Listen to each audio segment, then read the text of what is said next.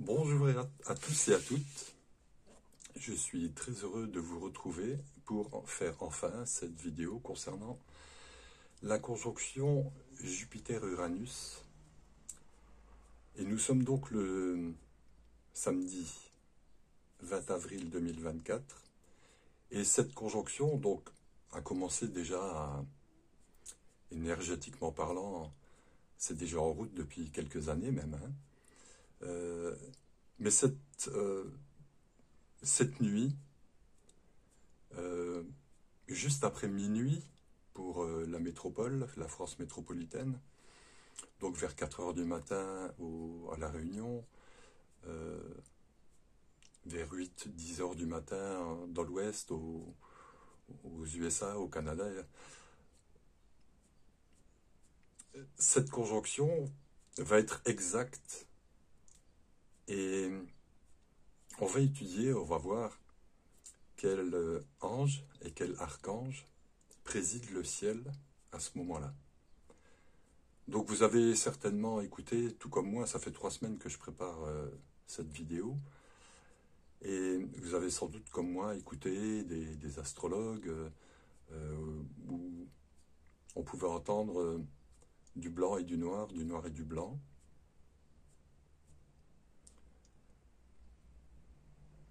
J'ai beaucoup lu, j'ai beaucoup étudié, beaucoup réfléchi surtout. Et je me tourne toujours vers les anges pour avoir des informations. Donc je vais vous transmettre quelques clés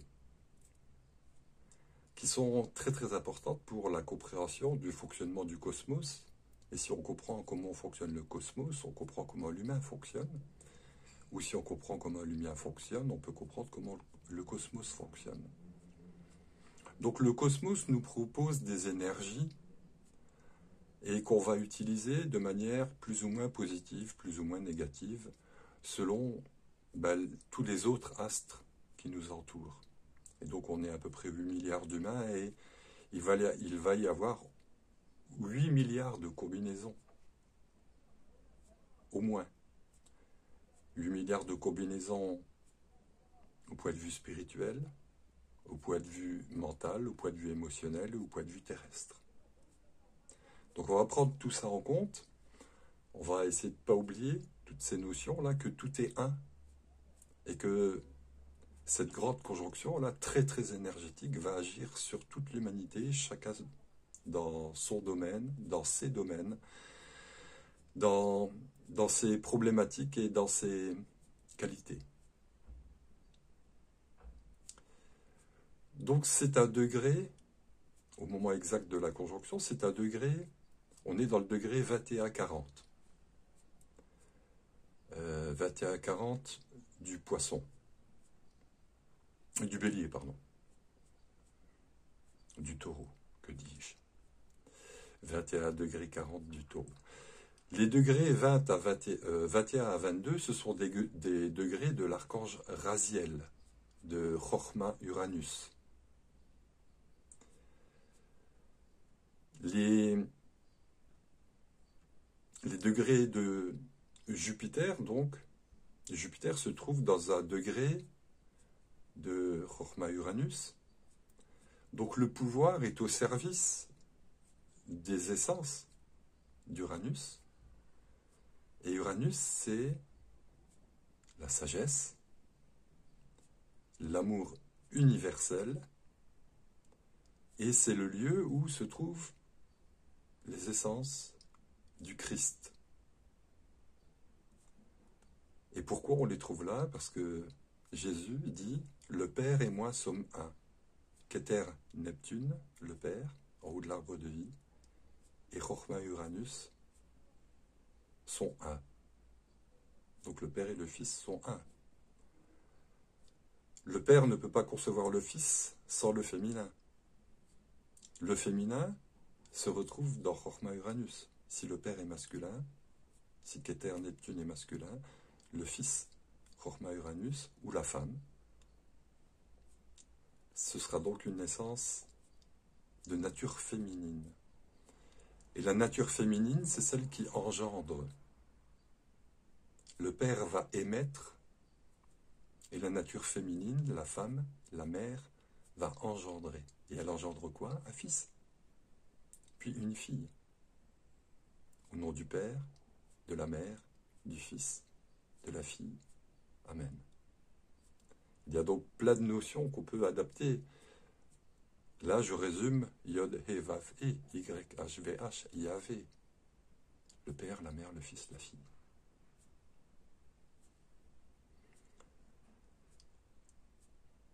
Donc les deux archanges qui seront de manière très puissante, parce que Jupiter c'est très très puissant, c'est une énergie d'amplification.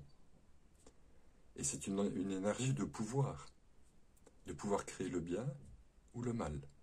C'est toujours au choix. Et donc on va être en quelque sorte confronté à tous ces choix. Nous le sommes déjà, nous avons été préparés. Et là, c'est comme si on allait voir les fruits de tout cela pendant un certain nombre d'années, mais surtout pendant ces 5-6 mois qui viennent. Donc vont se manifester sous nos yeux, dans notre vie personnelle aussi, nos pouvoirs de créer la paix ou la guerre.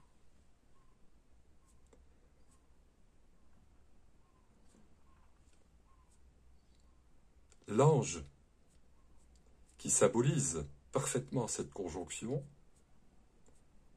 que je ne dise pas de bêtises, hein, Jupiter-Uranus, Jupiter le pouvoir, Uranus l'amour, le pouvoir de l'amour, le pouvoir amplifié de l'amour christique, c'est Nitaya, l'ange 25. Et Nitaya, c'est l'ange de la sagesse.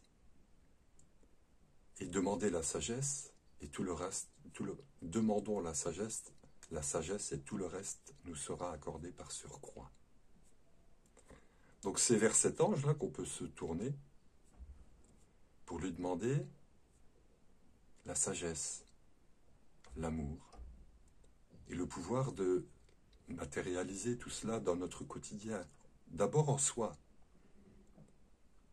puis après vers l'extérieur. La magie blanche, c'est à la fois très complexe et c'est très simple. La magie est très reliée à la parole créative ou destructrice. On va prendre un exemple. J'entends souvent,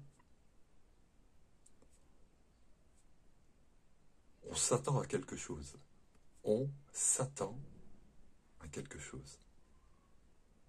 Ça, c'est de la magie noire. Si on dit, on espère quelque chose. On espère en quelque chose. On fait de la magie blanche. Quand on voit admettons, nous sommes dans la rue et on voit une vieille dame qui trébuche et qui tombe. Quelles vont être nos paroles? Oh, la pauvre dame, elle est tombée. La pauvre dame est tombée. On projette avec notre parole l'essence de pauvreté, la pauvre dame. Mais moi, on m'a dit que les gens ne sont pas pauvres sur terre, ils sont braves. Et nous sommes tous braves. Et la vieille dame qui tombe, c'est une brave dame qui va se relever, ou que ou on va l'aider à se relever, tout comme les anges font avec nous. Tout comme Dieu fait avec nous. Il nous laisse tomber pour qu'on apprenne. Et soit on se relève tout seul, soit il nous relève. Mais on ne reste pas à terre.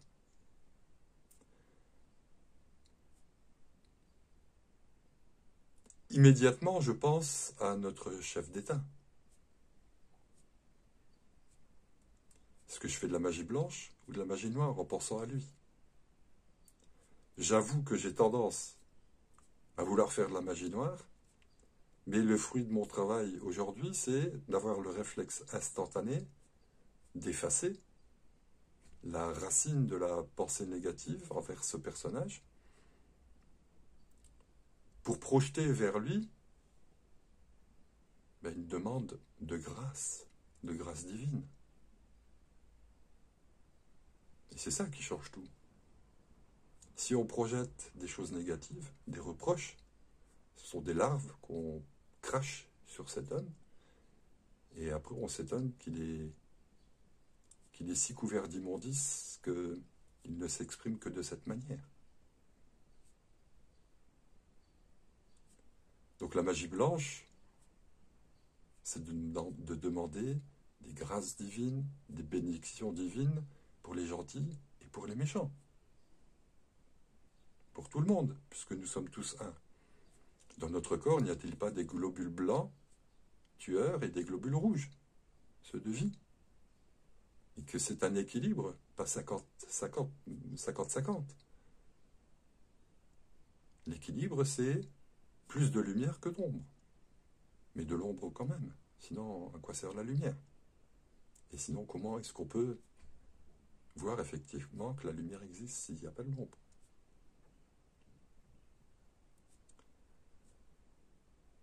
Donc on peut s'adresser, faire un joli rituel, parce que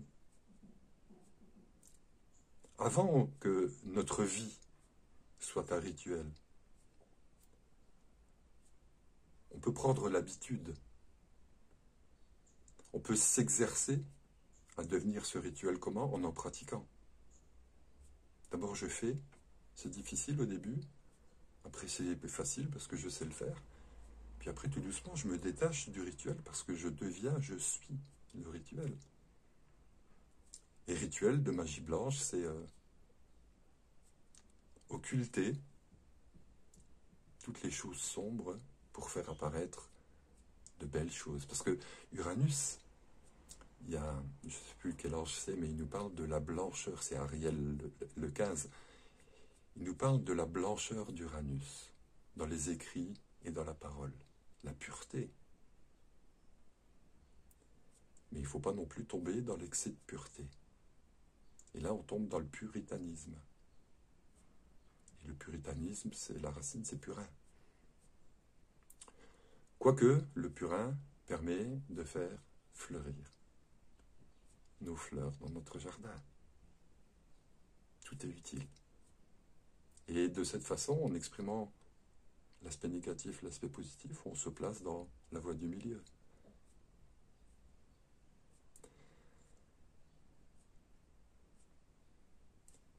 Si Nitaya, c'est Jupiter-Uranus, sera actif aussi Uranus-Jupiter. Et Uranus-Jupiter, c'est l'Ovia, le chérubin 11, ou l'Ovuel. L'Ovuel 11, c'est l'ange de la victoire, de la réussite. Mais pour la victoire et la réussite, il faut la désirer. Et l'Ovuel me dit, oui, mais les victoires sont souvent entachées. Prenons les victoires au niveau des guerres. Elles sont attachées, ces victoires, de la mort de beaucoup, beaucoup de gens. Et quelle victoire voulons-nous? La victoire sur la vie, dans un monde, ou la victoire sur la mort, dans un monde où on prône, on élève, on met sur un piédestal tout ce qui peut nuire à la vie. J'en ai parlé dans une récente vidéo, je ne vais pas revenir dessus. Nous vivons dans un monde où il y a une forte négation de la vie, alors à nous d'appeler la vie.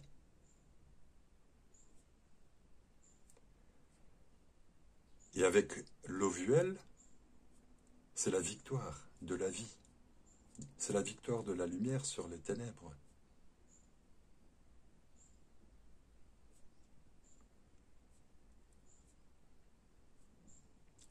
Et donc, Si on travaille avec l'Ovia 11, on nous dit qu'il faut travailler avec l'Ovuel 11, on nous dit qu'il faut travailler avec l'Ovia 17.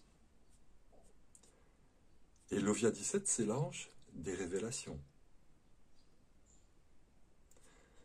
Révélation signifie apocalypse.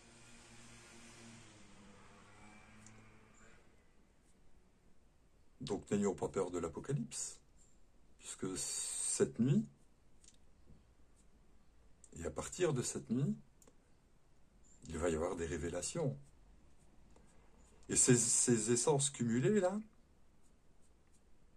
vont agir aussi, donc par l'Ovia 17, c'est Saturne, Uranus. Et Saturne, c'est le karma, le temps, les mémoires. Donc c'est comme s'il pouvait y avoir un effacement de certaines mémoires pour laisser la place à ce qui est derrière, à ce qui est encore caché, mais qui doit se révéler dans les temps de la fin.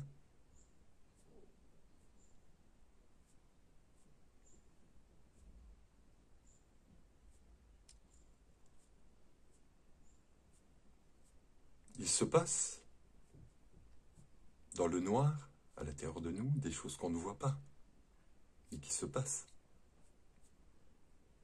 Et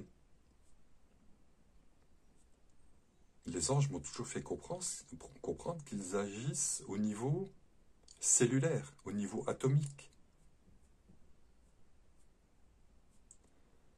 Donc il va se passer des choses en nous, certainement au niveau du cerveau, parce que ce sont les parties hautes, Jupiter, Uranus, Saturne, Neptune.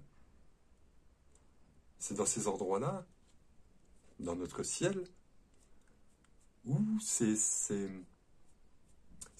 choses vont se passer. Je réfléchissais tout à l'heure en me disant, mais on pourrait appeler Dieu le grand programmateur, le programmateur de l'ordinateur que nous sommes. Et il a prévu dans son programme des poubelles, des paratonnerres. Des paratonnerres, oui, en effet. Ce qui est en haut est comme ce qui est en bas, et ce qui est en bas est comme ce qui est en haut. Donc l'Ovia a placé en nous, l'Ovuel a placé en nous des paratonnerres pour ne pas que la lumière nous foudroie. Mais ceux qui n'ont pas de paratonnerres, ou des paratonnerres défectueux, ils risqueraient d'être foudroyés et de perdre la tête. Parce que Chorma Uranus, c'est l'amour universel, la sagesse, mais inversée, c'est la folie et la haine. Et si dans le programme de l'ordinateur, le programmateur a placé des choses, il va se passer des choses. Et ça commence sans doute cette nuit. Donc je reviens à... Donc on a l'Ovia, l'Ovuel, Nitaya. S'il y a un sens de montée, il y a un sens de descente. Nitaya, c'est Jupiter-Uranus, dans le sens de la montée. L'Ovuel 11, c'est Uranus-Jupiter, dans le sens de la descente. S'il y a l'Ovuel, il y a l'Ovia. S'il y a Nitaya, il y a Nitaël, l'ange 54. Et l'ange 54, c'est Vénus-Vénus. Et l'essence de Vénus doublée produit l'héritage légitime. Et là, on a l'histoire de Caïn et Abel, qui est l'histoire de chaque humain jusqu'à la fin.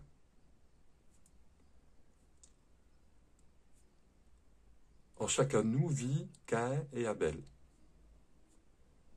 Et Caïn c'est le personnage matérialiste chez nous, et Abel, c'est le personnage spirituel. Et en permanence, le Caïn, notre Caïn, détruit notre spiritualité et nous devons la reconstruire en permanence. Jusqu'au moment où, par notre comportement, c'est-à-dire en rétablissant la légitimité d'Abel, nous pouvons réconcilier les deux, Caïn et Abel, et là on reçoit l'héritage. Notre héritage, qui est ce dont quoi je parlais tout à l'heure. Ce qu'on va enlever va laisser de la place à cet héritage.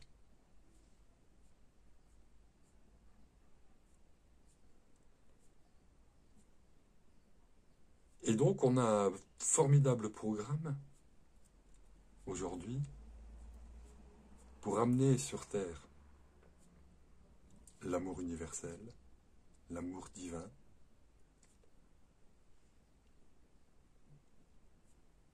les lois du Christ, pour ainsi obtenir la victoire au travers de révélations qui nous permettront d'accueillir notre héritage.